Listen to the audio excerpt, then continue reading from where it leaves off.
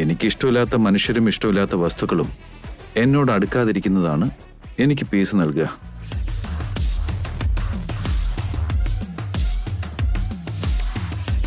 Piece വേണം, juice വേണമെന്നൊക്കെ പറഞ്ഞ് ഇവിടുന്ന് പോടാ ചെറുക്കാന്ന് എന്നോട് പറയല്ലേ? അതേടാ കുട്ടിച്ചാത്ത, നീ എന്റെ കൺവട്ടത്ത് വരാതിരുന്നാ മതി. അതാ എന്റെ ഏറ്റവും വലിയ മനസ്സമാധാനം. എന്നെ എന്തേലും പറഞ്ഞില്ലെങ്കിൽ അങ്ങളിന് ഉറക്കം വരത്തില്ലല്ലോ. മൂഷട്ട ചാക്കി എങ്ങനെ സഹിക്കുന്നു ആവോ? ചക്കിക്ക് കുഴപ്പമൊന്നുമില്ല, പക്ഷെ നിന്നെ കാണുന്ന എനിക്ക് പ്രശ്നം തന്നെയാ. നിന്നെ കാണുമ്പോഴുണ്ടല്ലോ ചന്തിക്ക് 2 പെട തരാനാ തോന്നേ. ഇങ്ങ് വന്നേച്ചാ മതി. എനിക്ക് മൂഷേട്ട അങ്കിളിന് ഒട്ടും ഇഷ്ടമില്ല. അങ്കിളിനെ കാണുമ്പോ തോളത്ത് കയറിയിരുന്ന മുഖം മാന്തി പറിക്കാൻ തോന്നുന്നു. ഇതെന്താ രണ്ടുപേരും ഇങ്ങനെ നോക്കിക്കൊണ്ട് നിക്കുന്നേ? പിച്ചലും മാന്തലും ഒക്കെ നിന്റെ തരക്കാരുമായിട്ട് മതി, എന്റെ അടുത്ത് വേണ്ട അതൊന്നും. അണ്ടർസ്റ്റാൻഡ്? ചിക്കു, എന്റെ അച്ഛനോട് കുറച്ചു നേരം കൂടി സംസാരിച്ചൂടായിരുന്നോ? നീ അറിയാണ്ട് ഞങ്ങള് ഒത്തിരി കാര്യങ്ങൾ സംസാരിച്ചു. സംസാരിച്ചോ? എങ്ങനെ, എപ്പോ? രണ്ടുപേരും കണ്ണി നോക്കുന്നത് കണ്ടായിരുന്നു. ആ നോട്ടത്തിൽ തന്നെ ഒത്തിരി കാര്യങ്ങൾ പറഞ്ഞായിരുന്നു. അതൊന്നും നിനക്ക് മനസ്സിലാവില്ല ചക്കി. ആർക്കറിയാ? ഇപ്പൊ നീ പറയുന്നതാ ചിക്കു എനിക്ക് മനസ്സിലാവാത്ത. എന്റെ അച്ഛനെ ഇനിയും കാണുമ്പോഴേ അച്ഛനെ ഇംപ്രസ് ചെയ്യുന്ന പോലെ മിണ്ടണേ. Okay bro? ഓക്കെ ചക്കി, ഞാൻ ശ്രമിച്ചു നോക്കാം. മേഘ, ഇവിടെ താൻ കംഫർട്ട് ആണല്ലോ അല്ലേ? കുഴപ്പമൊന്നുമില്ലല്ലോ മേഘ? ഏയ്, എനിക്കങ്ങനെ കുഴപ്പമൊന്നുമില്ല അർജുൻ.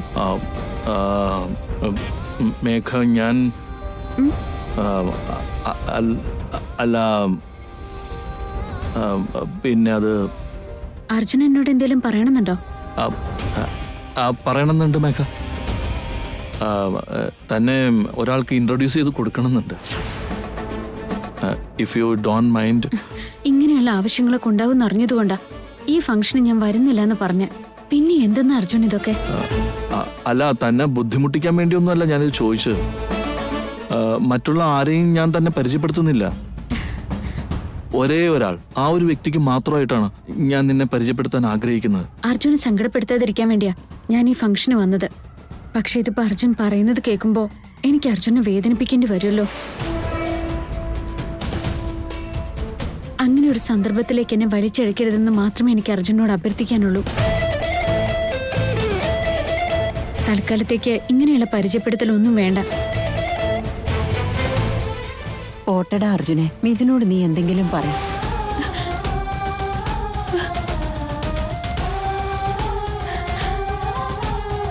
മേഘ എന്തിനാ വെറുതെ ബുദ്ധിമുട്ടിക്കുന്നു?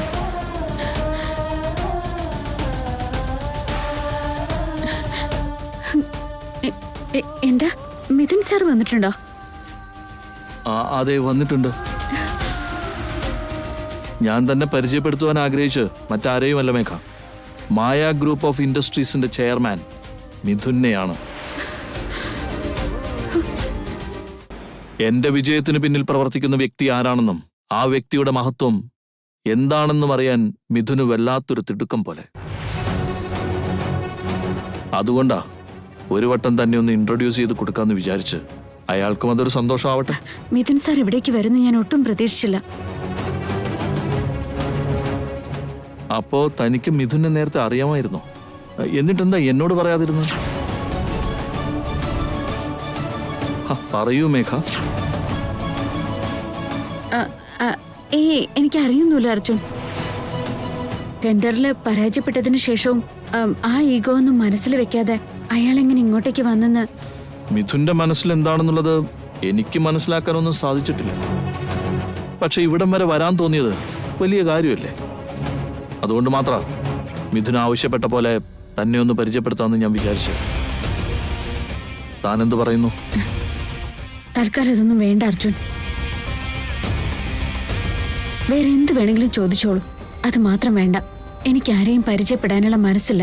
അതിനു വേണ്ടി എന്നെ ബുദ്ധിമുട്ടിക്കരുത്. അർജുൻ, മേഘയ്ക്ക് ഇഷ്ടമില്ലെങ്കിൽ വിട്ടേക്ക്. നീ കമ്പൽ ചെയ്യാൻ നിൽക്കുന്ന എന്തിനാ? അത് സാരമില്ല മേഘ, തന്നെ വിഷമിപ്പിക്കണമെന്നൊന്നും ഞാൻ ഒരിക്കലും കരുതിയിട്ടില്ല. It's okay.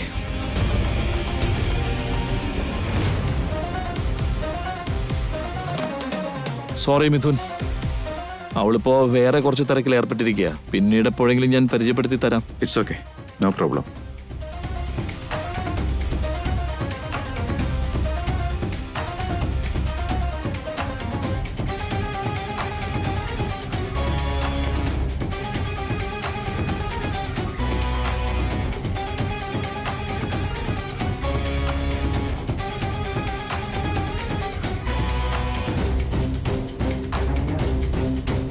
സർ, എന്നാ പിന്നെ പ്രോഗ്രാം തുടങ്ങിയാലോ? Yeah sure, you carry.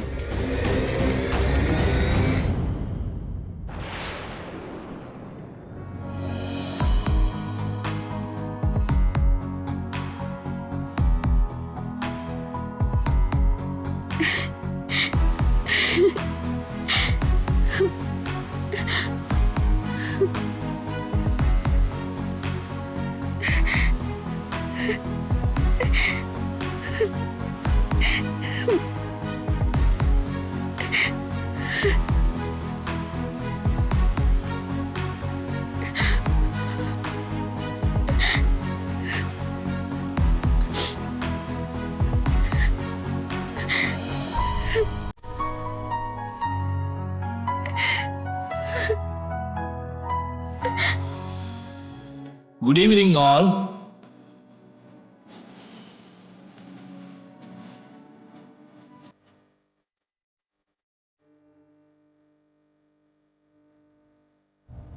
ഒരു പ്രസ്ഥാനമായാലും ഒരു വ്യക്തി ആയാലും വളരാൻ അത്യന്താപേക്ഷിതമായത് രണ്ട് കാര്യങ്ങളാണ്.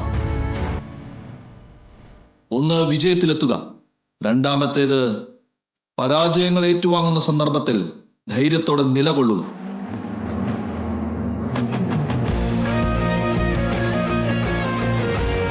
വിജയം കൈവരിക്കുമ്പോൾ എല്ലാവർക്കും സന്തോഷമാണ്. പക്ഷേ പരാജയം നേരിടുമ്പോൾ അതേപോലെ തന്നെ തളരാനും തുടങ്ങും.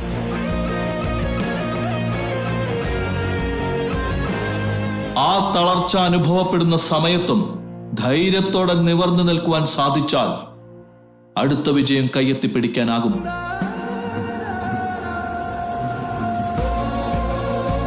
ഇന്ന് നമ്മുടെ കമ്പനി നേടിയിരിക്കുന്നതും അത്തരത്തിലൊരു വിജയം തന്നെയാണ്.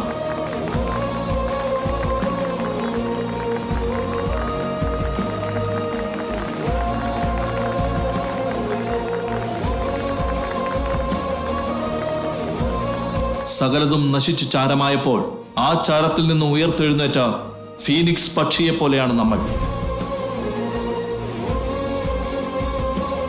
വീണ്ടും ഇവിടെ എത്താൻ എന്നെ സഹായിച്ചു കൂടെ നിന്നവർക്കും പ്രോത്സാഹനം നൽകിയവർക്കും പ്രേരണയായി മുൻപേ നടന്നവർക്കും എന്റെ നന്ദി ഞാൻ രേഖപ്പെടുത്തുകയാണ്.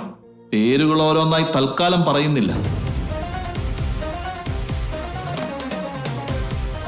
പക്ഷേ ഇവിടെ എടുത്തു പറയേണ്ട മറ്റൊരു പ്രധാനപ്പെട്ട ഒരു കാര്യം കൂടിയുണ്ട്. ഇന്ന് നമ്മൾ ഈ ടെൻഡർ കരസ്ഥമാക്കി വിജയം ആഘോഷിക്കുന്ന ഈ വേളയിൽ മായ ഗ്രൂപ്പ് ഓഫ് ഇൻഡസ്ട്രീസ് നമ്മുടെ തൊട്ടുപുറകെയായി ഈ ടെൻഡറിൽ പരാജയപ്പെടുകയായിരുന്നു. എന്നിട്ടും ആ കമ്പനിയുടെ ചെയർമാനായ മിസ്റ്റർ മിഥുൻ നന്ദനും ഈ ഫംഗ്ഷൻ എത്തിയിരിക്കുന്നു.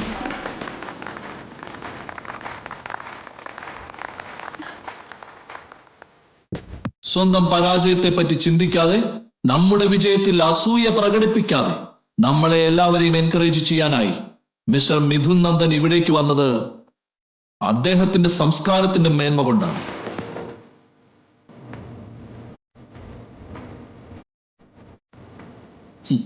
ആ മഹാമനസ്കതയ്ക്ക് മുൻപിൽ എന്റെ പ്രണാമം.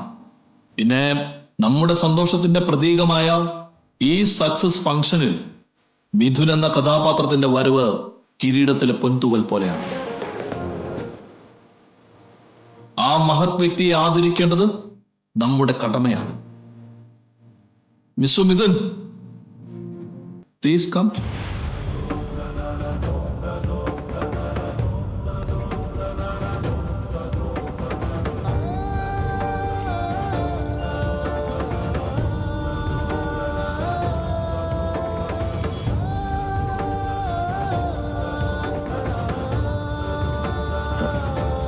വലിയേട്ടാ, ഈ സമയത്ത് മസിൽ പിടിക്കാമെന്ന് അത് നമുക്ക് നാണക്കേടാ. അർജുൻ അത്രയും പൊളൈറ്റായിട്ട് വിളിക്കുമ്പോൾ നമ്മളൊന്ന് താഴ്ന്നു കൊടുക്കുന്നതായിരിക്കും നമുക്ക് നല്ലത്. വലിയേട്ടനിപ്പോൾ മറ്റൊന്നും ചിന്തിക്കണ്ട. ചെന്ന് 4 വാക്ക് പ്രസംഗിച്ചിട്ട് വാന്നേ. എന്തു പറ്റി മിഥുൻ? എല്ലാവിധ സ്നേഹാദരങ്ങളോടും കൂടി മിഥുനെ ഞാൻ വേദിയിലേക്ക് ക്ഷണിക്കുകയാണ്. Please come.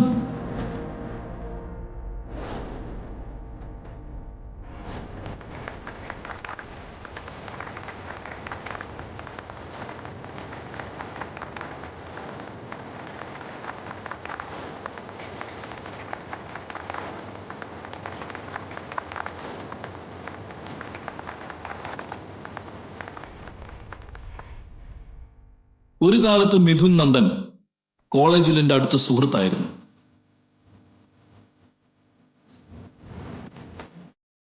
പക്ഷെ ഇപ്പോ ബിസിനസ് രംഗത്ത് എൻ്റെ പ്രതിയോഗി. മാറ്റത്തിന് മാത്രമാണ് മാറ്റമില്ലാത്തത്. മാറ്റത്തിനൊത്ത് സമയാനുസൃതമായി നമ്മുടെ കൂടെയുള്ള വ്യക്തികൾ വഹിക്കുന്ന കഥാപാത്രങ്ങളും മാറി മറിയുന്നു. അതിന്റെ ഉദാത്തമായ ഉദാഹരണമാണ് മിസ്റ്റർ മിഥുൻ നന്ദൻ. മിസ്റ്റർ മിഥുൻ, ഞങ്ങളുടെ സക്സസിനെ കുറിച്ച് എന്താണ് കരുതുന്നെന്ന് പറയൂ. മിഥുന്റെ ശബ്ദത്തിലൂടെ അത് കേൾക്കാൻ ഞങ്ങൾ എല്ലാവരും ആകാംക്ഷയോടെ അത് കാത്തിരിക്കുകയാണ്.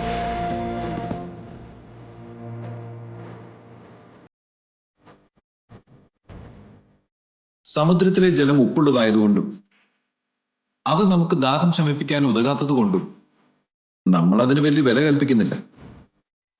പക്ഷെ ഇന്ന് ആ വെള്ളം ശുദ്ധീകരിച്ചെടുത്ത് കുടിവെള്ളമാക്കാൻ സാധിക്കുമെന്നതിനാൽ പല ദേശങ്ങളും ഇന്ന് ആ ജലത്തെ ആശ്രയിച്ച് ജീവിക്കുന്നുണ്ട്.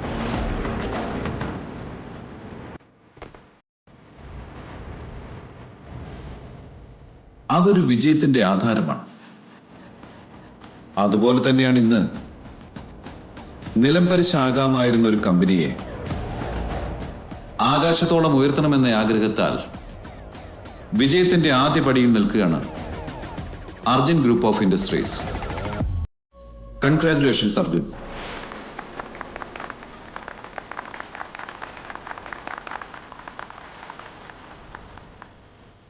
പക്ഷെ ഒരു കാര്യമുണ്ട്, വിജയം എപ്പോഴും ശാശ്വതമായിരിക്കില്ല.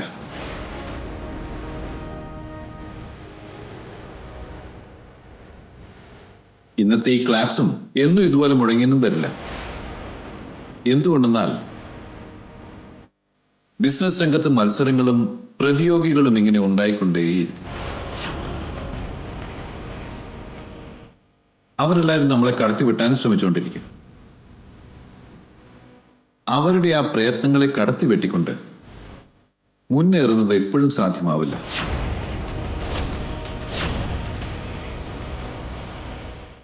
സോ മുൻപോട്ടുള്ള ദിനങ്ങളിൽ അർജുന് പല തടസ്സങ്ങളെയും നേരിടേണ്ടി വന്നേക്കാം. അതൊന്ന് ഓർപ്പിക്കുന്നത് എൻ്റെ കടമയായിട്ട് ഞാൻ കാണുന്നു.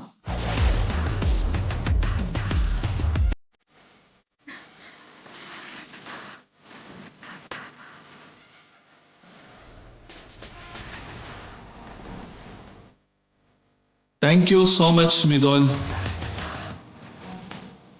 ഞാൻ എതിരിടുന്ന തടസ്സങ്ങളെ മറികടക്കാനും മതിൽക്കെട്ടുകളെ നിലംപരിശാക്കി മാറ്റാനും ഏതു നേരവും ഞാൻ സന്നദ്ധനാണ്.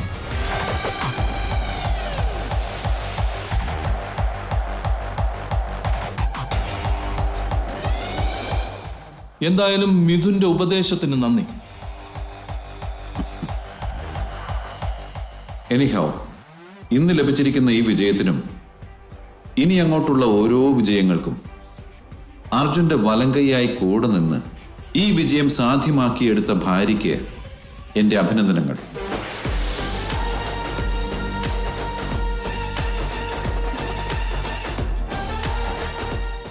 Thank you very much. Arjun,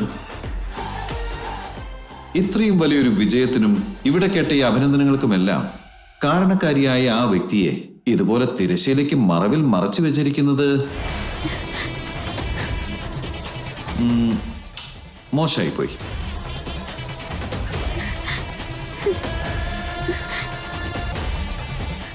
അവരെ ഈ പ്രപഞ്ചത്തിന് മുന്നിൽ കാണിച്ചില്ലെങ്കിൽ താങ്കൾ ഒരു സെൽഫിഷ് ആണെന്ന് കരുതേണ്ടി വരും.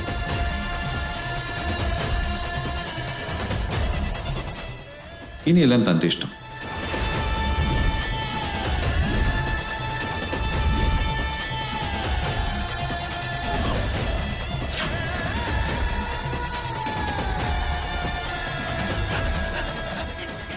ഇപ്പോൾ എല്ലാവരുടെയും മുന്നിലേക്ക് അവൾക്ക് എത്താനുള്ള ഒരു അവസ്ഥ ഇല്ലാത്തതുകൊണ്ടാണ്.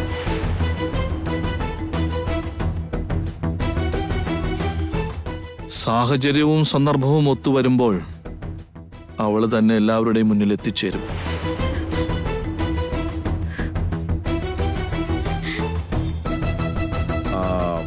Okay, anyhow all the best.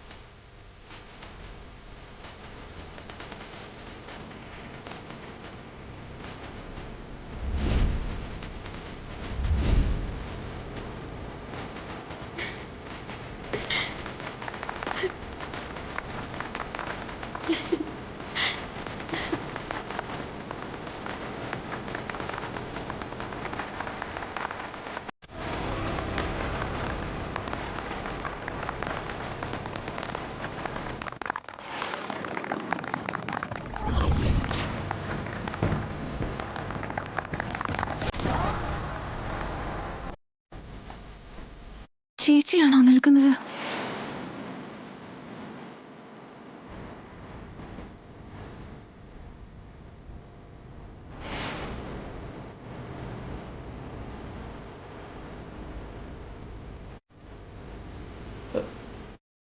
നീ എന്ത് ചാരു പെട്ടെന്ന് ഇങ്ങോട്ടേക്ക് പോന്നേ?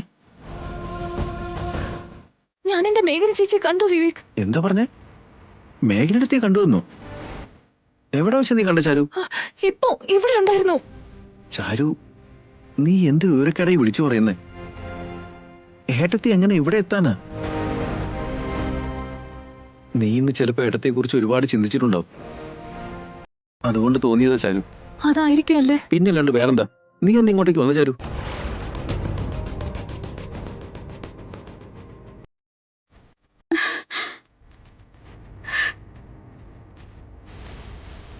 ഈശ്വര, ചാരു എങ്ങനെ എന്നെ കണ്ടു കാണോ? ഇനി തൊട്ട് ഞാൻ കുറച്ചുകൂടിയൊക്കെ ശ്രദ്ധിക്കേണ്ടിയിരിക്കുന്നു.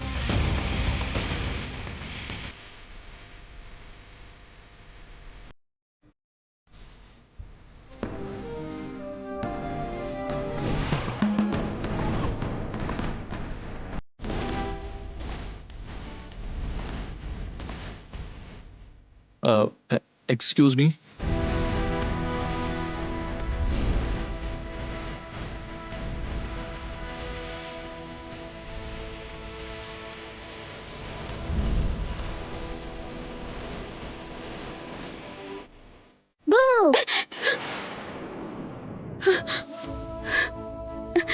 ആന്റി പേടിച്ചു പോയല്ലേ? സത്യം പറ, പേടിച്ചില്ലേ? അതെ മോളെ, ഞാൻ വല്ലാണ്ട് പേടിച്ചു പോയി. അതൊക്കെ അവിടെ നിക്കട്ടെ. ആന്റിക്ക് ആൾക്കാരെ ഇഷ്ടല്ലേ? മനുഷ്യന്മാരോട് ദേഷ്യാണോ? എന്തുപറ്റി? എന്തിനാ അങ്ങനെ ചോദിക്കുന്നേ? പിന്നെ ഇത്രയും വലിയ ഫംഗ്ഷൻ നടക്കുമ്പോ ആന്റി മാത്രം എന്താ ഇവിടെ ഒറ്റയ്ക്ക് വന്ന് നിക്കുന്നേ? പ്രത്യേകിച്ചൊന്നുമില്ല മോളെ, ചുമ്മാ ഒന്ന് തനിച്ചിരിക്കണമെന്ന് തോന്നി. ആന്റി ഒന്ന് കാണാൻ വേണ്ടി ഞാൻ എവിടെല്ലാം നോക്കിന്നറിയോ? എന്തിനാ? എന്താന്നറിയില്ല, കാണണമെന്ന് തോന്നി. പക്ഷേ എന്റെ ചാരു മിസ് എന്താ പറഞ്ഞെന്നറിയോ? നമുക്ക് ഒത്തിരി ഇഷ്ടം തോന്നുന്ന മനുഷ്യരെയൊക്കെ നമ്മളങ്ങനെ തപ്പി നടക്കൂന്നാ പറഞ്ഞേ. എന്ന് വെച്ചാ നിനക്കെന്നോട് അത്രയേറെ ഇഷ്ടമുണ്ടെന്നാ? അറിഞ്ഞൂടാ, ഞാൻ കൺഫ്യൂസ്ഡാ. പക്ഷേ ആന്റിയോട് എനിക്ക് മിണ്ടാൻ ഒത്തിരി ഇഷ്ടം, അറിയോ? ആന്റി കൂടെ ഉള്ളപ്പോ ഞാൻ ഭയങ്കര ഹാപ്പിയാ. ആന്റിയുടെ അടുത്ത് വന്നിരിക്കണോന്നൊക്കെ തോന്നും. അതെന്താ? മോളുടെ വീട്ടില് മോളെ സ്നേഹിക്കാൻ ആരുമില്ലേ? എന്റെ വീട്ടിൽ ഒത്തിരി പേരുണ്ട് ആന്റി, പക്ഷെ എല്ലാവരും ഭയങ്കര ബിസി, അറിയോ? എന്റെ അച്ഛനെ ആണെങ്കിൽ കാണാൻ പോലും കിട്ടില്ല. വേറെ ആരോടും എനിക്കൊന്നും മിണ്ടാനും തോന്നില്ല. പക്ഷെ ആന്റിയെ കാണുമ്പോ എനിക്ക് ഒത്തിരി കാര്യങ്ങൾ പറയാൻ തോന്നും.